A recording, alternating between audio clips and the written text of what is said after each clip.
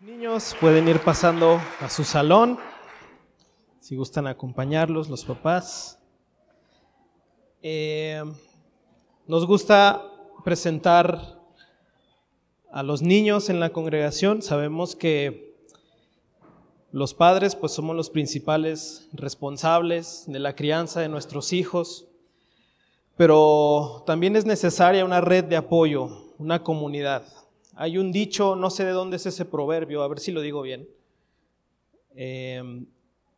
que si la tribu cuida del niño, cuando el niño crezca, cuidará de la tribu. Necesitamos crear este espíritu de hermandad, sobre todo en una comunidad cristiana. Primero Dios, como padres podemos suplir las necesidades de nuestros hijos, pero si eso no es posible, es bueno que haya una comunidad que está al pendiente y que pueda asistir a estos niños si es necesario, ¿sale? Entonces, por eso lo hacemos. Creemos que el futuro de un país, de una ciudad, de una iglesia, está en la siguiente generación, está en los niños. Entonces, es bueno hacerlos parte de la comunidad, parte de nuestros servicios, dedicarles un tiempo a que ellos tengan también protagonismo. Amén. Por cierto, en nuestra página de internet tenemos políticas para el trabajo con niños y adolescentes. Este es un esfuerzo que hemos hecho desde el año pasado, en donde nos preocupamos por escoger a las personas correctas que cumplan con cierto perfil para que puedan convivir con ellos, trabajar con ellos allá en la cuna, en sus programas para niños, en el programa para adolescentes. Si lo quieres ver y visitar, está en nuestra página de internet, vidverdadera.com.mx, políticas. Ahí están todos nuestros códigos de conducta y las políticas para proteger a los niños de nuestra congregación. ¿Sale? Bueno, ¿cómo están? ¿Bien? Qué bueno. Pues recordarles que se acerca la Pascua. La Pascua en teoría debería ser la fecha más importante del calendario cristiano. La Navidad es, por supuesto, también muy bonita. Es el fin de año, uno se pone pensativo en todo lo que ha logrado. Es el nacimiento de nuestro Salvador. No sabemos cuándo nació, pero creemos que ponerle una fecha está bien. Pero si le quitamos a la Biblia las historias de la Natividad, le quitamos unas 2 o 3 páginas. Pero si le quitamos la parte de la Pascua, le quitamos libros enteros a la Biblia. La Pascua es mucho más importante y queremos empezar a darle el peso que se merece al festejo de la Pascua. Yo sé que para muchos es sinónimo de vacaciones y descanso, y está bien. Si el jueves no trabajas, tómate el día libre, pero a las 7 ven a la congregación a convivir con la iglesia. El viernes igual a las 7, tómate el día libre, pero el viernes vente una noche de alabanza y adoración. Y el sábado pues es un día de campo. Queremos reunirnos en otro ambiente, en un ambiente más relajado, más informal. Se vale ponerse de acuerdo, familias enteras que llevas, yo me llevo la mesa, las sillas, etcétera, etcétera. Y se vale invitar gente nueva. De hecho, invita gente nueva a todo el fin de semana, ¿sale? Posiblemente la gente no le gusta ir a la iglesia, pero tal vez a un día de campo sí. Y literalmente vamos a convivir, simplemente es pasarla bien. No va a haber mensaje del pastor, no los vamos a aburrir con estas charlas. Entonces, invita a un familiar, a un amigo, por lo menos al día de campo, o si tú sientes que es pertinente, una noche de alabanza y adoración, ¿sale? Bueno, Alfa, tenemos el retiro Alfa la próxima semana. Aquellos que están tomando Alfa, por favor, asistan, todavía están a tiempo de confirmar su asistencia, que el dinero no sea un problema. Platica con Moni y José Luis y a ver cómo le hacemos, pero asiste al retiro Alfa, ¿sale? Bueno, pues como muchos de ustedes saben, o si no sabían, Diana y yo tenemos ahora la dicha de tener un hijo. Y la verdad es que hasta ahorita Lucas, mi hijo, pues es muy bien portado. Es predecible saber si tiene hambre, si tiene sueño, si hay que limpiarle su pañal. Entonces, pues relativamente lo tenemos bajo control hasta ahorita. Entonces yo siento que voy bien, como padre, voy bien. Pero definitivamente ha habido días, noches sobre todo, en donde nomás no doy una. Recuerdo una noche, después de terminar mi mensaje el sábado, subí a la habitación y Diana estaba ahí con el bebé que no lo podía dormir, se veía que estaba muy cansada, muy frustrada. Me vio y me dijo, toma, duérmelo, yo ya me cansé. Se acurrucó en la cama, se quedó bien dormida, ahí nos vemos. Y yo agarré al bebé y dije, pues yo ya me la sé. Y ya lo empecé a acurrucar y nada que se dormía. Lo cambié de posición y nada que se dormía. Dije, ¿será que está sucio? Le cambié el pañal, nada, y no se dormía. Me senté en el sillón, nada. Caminé por toda la casa, nada. Y empecé con mi checklist, ¿no? ¿Será que tiene un gasecito atorado, no? Pues a ver, masajito en la panza, nada. ¿Tendrá frío? Lo tapé. No pude, pasó más de 1 hora, casi 2 horas, y no pude dormir a Lucas. Al minuto despierta Diana ahí a lo lejos en la cama, me ve y me dice, ven, pásamelo, tiene hambre. Se lo pega, come y al minuto se duerme. En ese momento me sentí tan inútil y tan improductivo. En lo único que creo que es mi chamba de ser padre, en este momento con Lucas, sentí que fallé. Me sentí completamente inútil e improductivo. Y es como mi única chamba, ¿no? ¿Han escuchado el meme de mi primera chamba? ¿Sí? Sentí que fallé totalmente. Originalmente este mensaje yo lo iba a predicar el domingo pasado, pero les voy a contar otra historia. Esta historia no estaba, ni siquiera la escribí. Todas las mañanas yo me despierto y yo sé que el bebé ya está despiertito ahí. Lo agarro, lo saco del cuarto y yo me pongo a convivir con él. Y mientras Diana pues se recupera de la madrugada y continúa durmiendo 1, 2 o hasta 3 horas. Todas las mañanas procuramos hacer eso. Y el domingo pasado me desperté temprano, dije voy a terminar mi mensaje, voy a estudiar.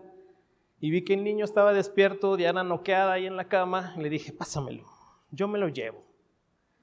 Y ahí voy, ¿no? A las 6 de la mañana, bajando con el niño, prendo la luz de la escalera, bajo con cuidado, penúltimo escalón, apago la luz y que me resbalo. Me caí de puro coxis. No di exactamente en el coxis, pero estuvo cerca ahí de seguramente recibir una fractura de coxis. Afortunadamente al niño no le pasó nada, pero a mí me pasó de todo, ¿verdad? Y recuerdo que estaba ahí tirado en el suelo y obviamente Diana se despertó, corrió y yo puedo imaginarme la imagen, ¿no? Yo ahí tirado, el bebé ahí asustado y ahí yacía yo en el suelo, inútil e improductivo. De nueva cuenta, fallé en lo único que tenía que hacer. Y obviamente, pues Diana, en lugar de cuidar un bebé, ahora tenía que cuidar a 2 bebés. Y por eso no pude predicar el domingo pasado. Me dolía mucho el coxis. ¿Alguna vez te has sentido inútil e improductivo?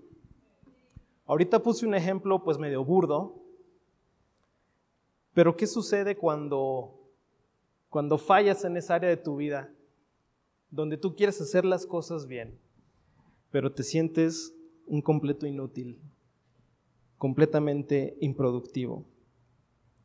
¿Qué sucede cuando sientes que no estás a la altura de lo que Dios te llamó a hacer?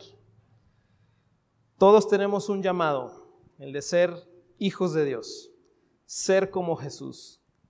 ¿Qué sucede cuando no cumplimos nuestra única chamba de ser hijos de Dios? ¿Alguna vez te has sentido inútil, improductivo en esa área de tu vida?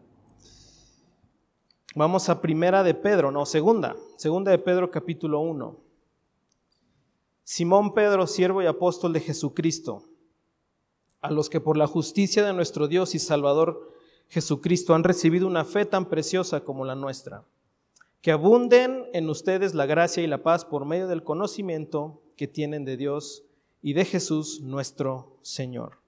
Su divino poder, al darnos el conocimiento de aquel que nos llamó por su propia gloria y excelencia, nos ha concedido todas las cosas que necesitamos para vivir con devoción.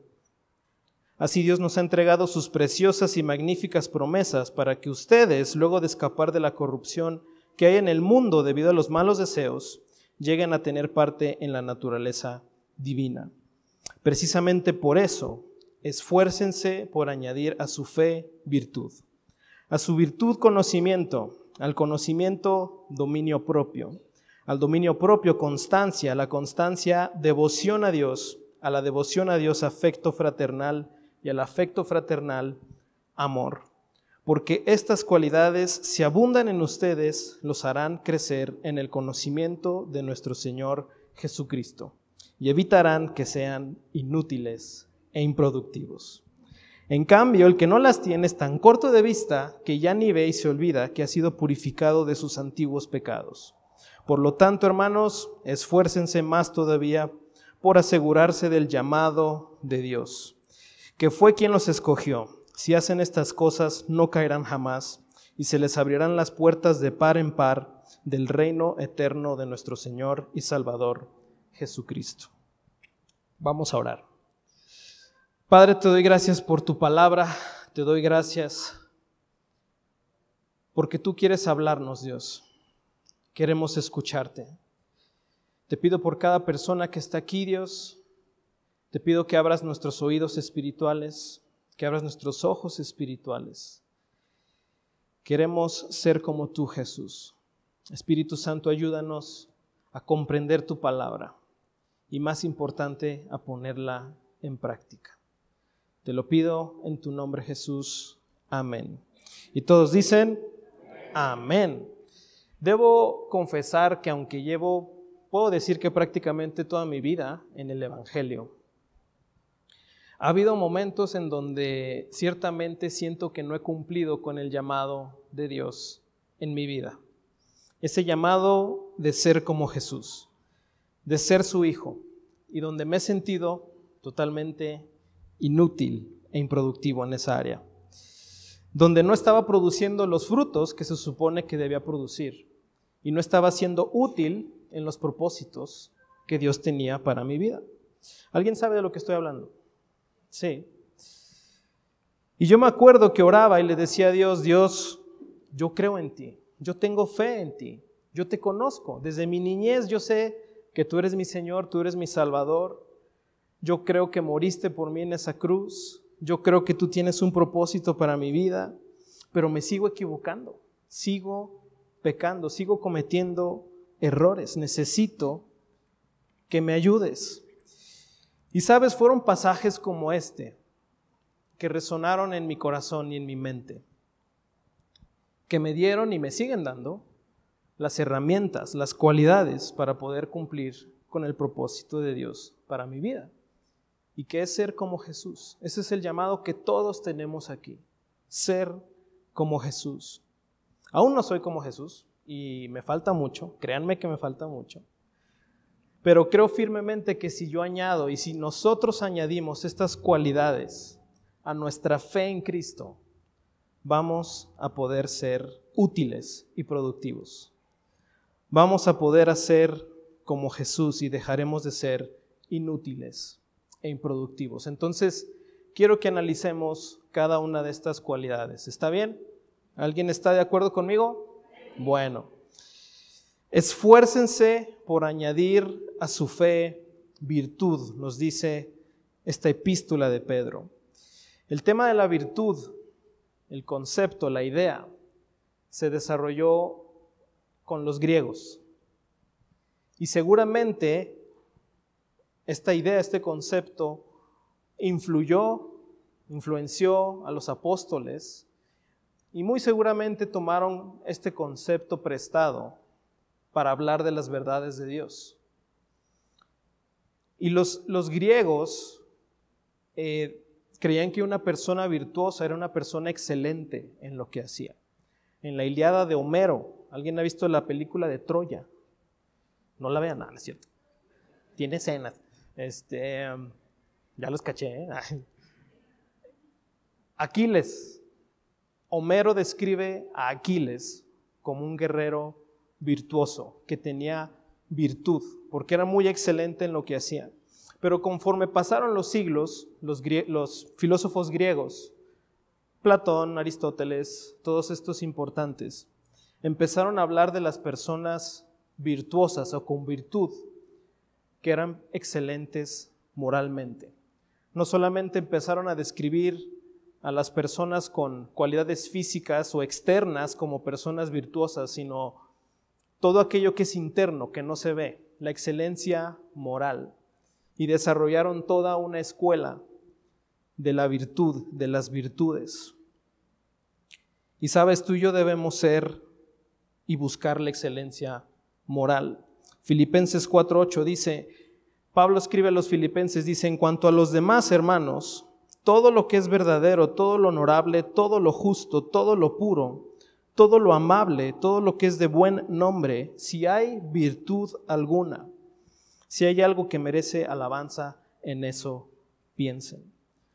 Para poder cumplir con el llamado de Dios en nuestras vidas, debemos añadir a nuestra fe virtud, excelencia moral. Y la excelencia moral es una postura de querer hacer lo correcto, de siempre buscar lo bueno, lo justo, lo amable y crear un repudio por lo que no es. Crear un odio, se escucha medio raro, pero sí es crear un odio por el pecado. Debemos esforzarnos por esa salvación que tanto costó. La epístola misma nos dice, por lo tanto, hermanos, esfuércense más todavía por asegurarse del llamado de Dios que fue quien los eligió. Si hacen estas cosas, no caerán jamás. ¿A alguien le gustaría dejar de caer en ese pecado que tanto te tiene frito? ¿A alguien le gustaría dejar de cometer ese error que siempre cometes? Hay que añadir virtud a esa fe. Hay que añadir excelencia moral a esa fe en Cristo. Amén. Continúa y dice, esfuércense por añadir a su fe virtud, a su virtud conocimiento. Aunado a la fe que tenemos en Cristo, aunado a la virtud, a la excelencia moral, también necesitamos conocimiento. El capítulo 8 de Proverbios, uno de mis favoritos. Este capítulo habla como si la sabiduría encarnara a una persona, en este caso a una mujer. Y ella habla en todo este capítulo, no lo vamos a leer por cuestiones de tiempo, pero voy a leer unos versículos. Dice, esta es la sabiduría hablando, la señorita sabiduría hablando. Para el inteligente y entendido, mis palabras son claras e irreprochables. En vez de plata y oro, fino, adquieran instrucción y conocimiento. Vale más la sabiduría que piedras preciosas, ni lo más deseable se le puede comparar. Versículo 32 dice, y ahora, hijos míos, escúchenme, es la sabiduría hablando. Dichosos los que siguen mis caminos, atiendan a mi instrucción y sean sabios, no la descuiden. Dichosos los que me escuchan, y a mis puertas están atentos cada día, esperando a la entrada de mi casa. En verdad, quien me encuentra halla la vida y recibe el favor del Señor. Quien me rechaza se perjudica a sí mismo, quien me aborrece ama la muerte. Y yo sé que esto para algunos implica un esfuerzo extraordinario. Sé, por ejemplo, que en el grupo de conexión de mujeres, ¿quién está asistiendo al grupo de conexión de mujeres? Excelente. Si estás interesada, allá tenemos un módulo de información, tenemos varias locaciones por toda la ciudad, también tenemos en línea. Y yo sé que ellas están estudiando un estudio bíblico que implica estudiar un poco más que la Biblia. Están estudiando historia, filosofía, teología, y se requiere de un esfuerzo extra. No es sencillo adquirir todo ese conocimiento. Personalmente tuve la oportunidad de estudiar teología durante varios años y no es fácil. Requiere de no sé ni siquiera cómo llamarlo, porque no nada más es intelecto. No nada más es algo que resuena aquí, sino que tiene que bajar acá también. Y no es sencillo lidiar con este conocimiento, pero es bueno y es necesario. Y la epístola aquí nos dice que a nuestra fe añadamos virtud y a la virtud conocimiento, porque sabe que es necesario para que podamos crecer y cumplir con el llamado que Dios tiene para nuestras vidas. Y tú dices, Omar, es que a mí no se me da la escuela. Yo no soy bueno, no soy buena, ni siquiera tengo lectura de comprensión. Créanme, yo era de esos. A mí la historia, la peor materia de toda mi vida. El pastor lo sabe. Siempre que tenía examen de historia, él tenía ahí que estudiar conmigo porque no me entraba. Para mí la historia era, no sabía yo, no entendía yo que eso había sucedido en el pasado. O sea, yo pensé que eran una sucesión de palabras que tenía que memorizarme. No sé si me entienden, tan tonto estaba yo. No me entraba. Yo salía del examen, saqué mis 6, pasé y ya se me olvidaba todo lo que había leído. Pero yo entendí que yo le podía pedir sabiduría e inteligencia a Dios. Muchas veces hemos dicho aquí que mi abuelita no terminó ni la primaria. Pero cuando llegó a Jesús, ella sabía que tenía que leer la palabra de Dios. Y se esforzó por aprender a leer, se esforzó por aprender a escribir. Y hasta la fecha, ella sigue leyendo su Biblia todos los días. Una señora de 97 años. Ella sabía que tenía que añadir a esa fe en Jesús, a esa virtud, conocimiento. Si tú sientes que eres falto de sabiduría e inteligencia, la palabra de Dios dice que el que sea falto de sabiduría que la pida y Dios la dará con generosidad. Proverbios 2 dice, porque el Señor da la sabiduría, conocimiento e inteligencia brotan de sus labios. Él reserva el éxito para los íntegros y es escudo a los de conducta intachable. Él cuida el sendero de los justos y protege el camino de sus fieles.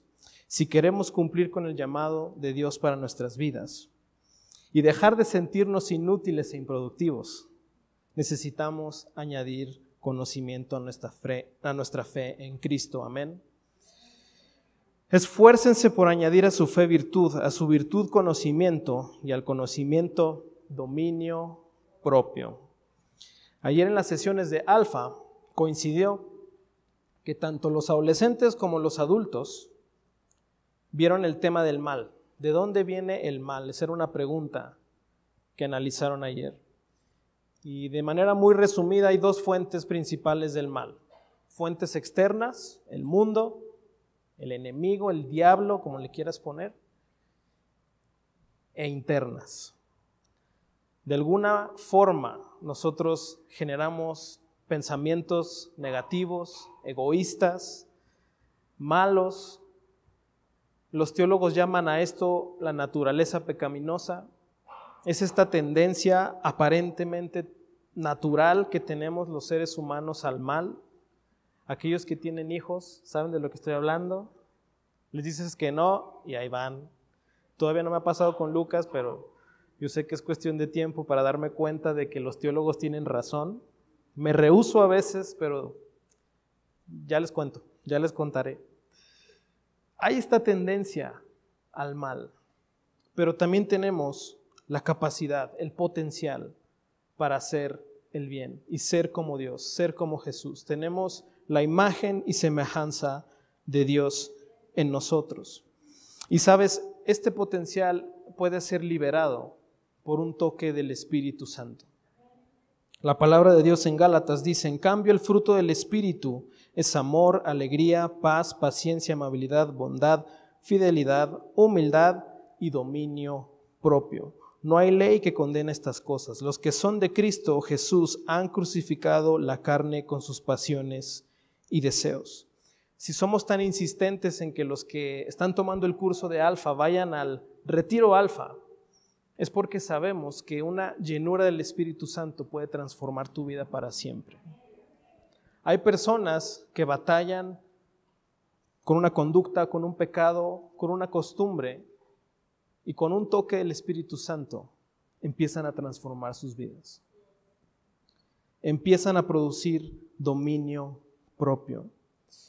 Y me encanta que la epístola de Pedro no dice que añadamos dominio propio, no dice control propio, no dice añade autocontrol. Para los que saben de fútbol, aquí, fans de fútbol, ¿alguien? Ay, no me digan que no. A ver, esa mano, por favor. Ahí está, muy bien. Bueno, una cosa es dominar el partido y otra cosa es tener control del partido. Una cosa es controlar el partido, pero otra cosa es dominar al rival. Y sabes, nosotros tenemos que dominar ese rival, que es esa mentada carne, que a veces quiere hacer lo que nosotros mismos no queremos hacer. Y tenemos que tener a ese rival dominado. Si quieres cumplir el llamado de Dios para tu vida y quieres dejar de ser inútil e improductivo, tienes que añadir también el dominio propio a esa fe en Cristo. Amén. Segunda de Timoteo 1:7 dice, pues Dios no nos ha dado un espíritu de timidez, sino de poder, de amor y de dominio propio. Continúa el pasaje, dice, esfuércense por añadir a su fe virtud, a su virtud conocimiento, al conocimiento dominio propio y al dominio propio constancia.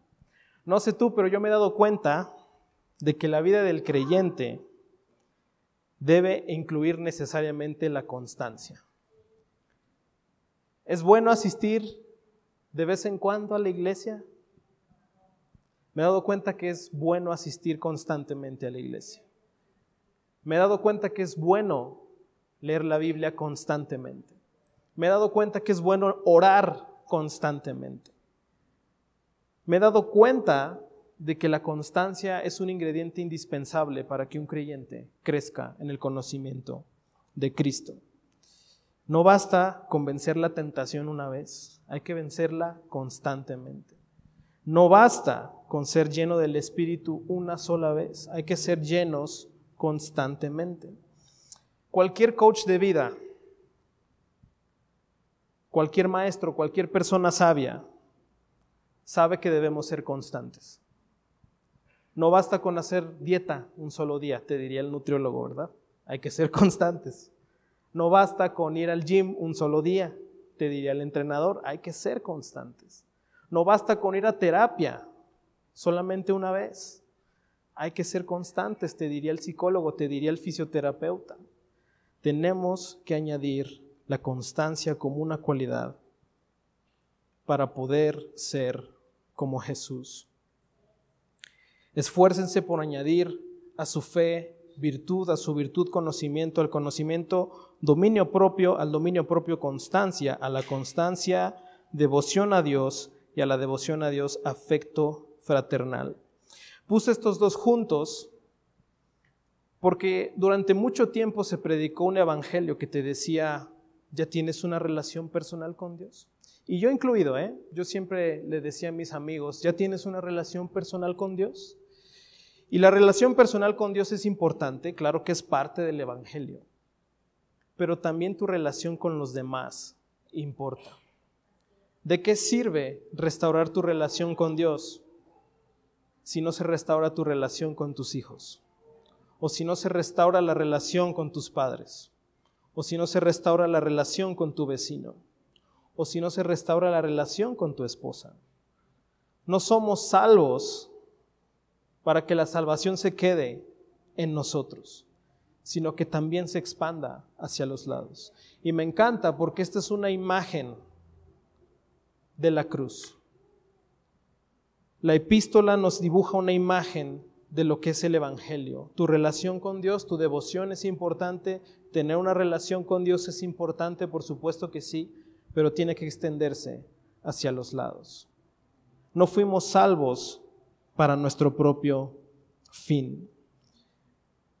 En los primeros capítulos de Génesis, no nada más se fracturó la relación con el hombre y Dios, sino también con el hombre y el hombre y la mujer, el hombre y la creación.